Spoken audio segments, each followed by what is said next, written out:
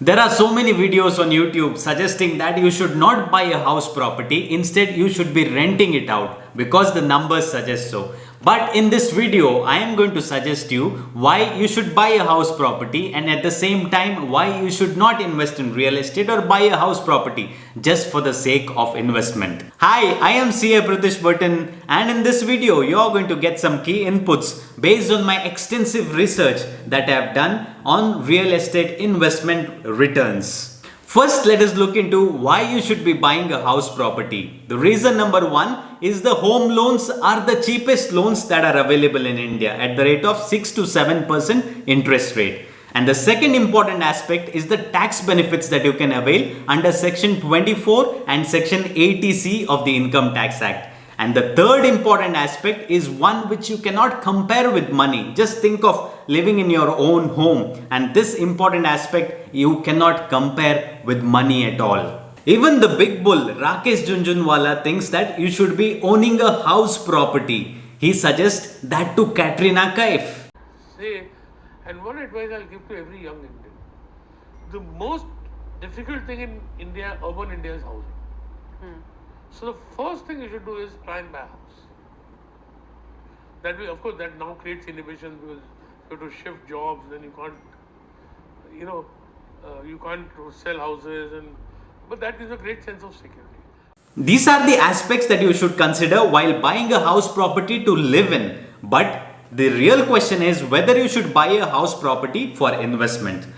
What Warren Buffett thinks is that real estate investment is a lousy investment. He bought a house property in the year 1958 just for $31,500 and today's value is around $600,000. So that's it. He lives only in one house property because he thinks that it is not a good investment idea at all. Now let us look into the numbers in case if you are planning to sell your house property. In June 2020, data suggests that the real estate returns have given only 2.8% returns. Of course, it was during COVID, but in the past 10 years as well, the real estate returns have not been promising at all. This is without adjusting for inflation. Now, for those who have bought the property just to rent it out, let us look at the rental returns that it has given. In India, the rental yield is as low as 2 to 3% when compared to the other European nations, which is around 4 to 5%. So, it is not worth at all.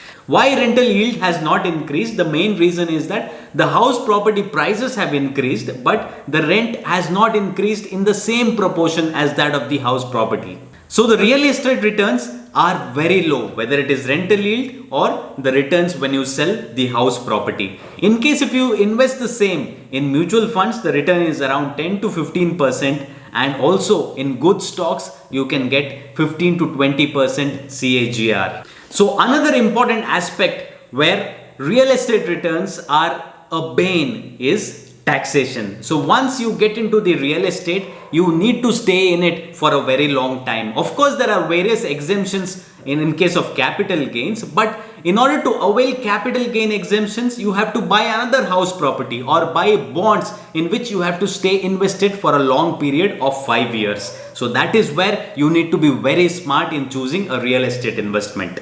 The long-term capital gains when you sell the house property are taxed at the rate of 20%, but whereas long-term capital gains in case of equity, that is in case if you invest in stocks, the rate is only 10% if it exceeds rupees 1 lakh. But after listening to all my points, if you still want to invest in real estate, there is an option for you so that you do not have a physical asset, but at the same time you become a real estate investor. And how is it done? Simple. By investing in REITs or real estate investment trust. These companies are just like mutual funds. They take your money and invest in commercial properties and other real estate properties. And you can become the shareholder of these companies by investing in the shares of these companies through the stock exchanges.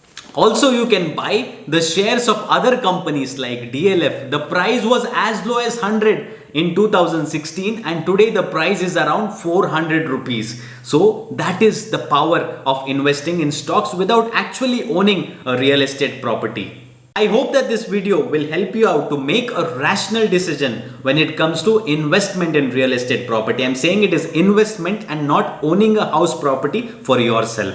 So friends, thank you very much for watching this video, and do not forget to like, subscribe and share my channel for more videos on finance, taxation and many more interesting topics.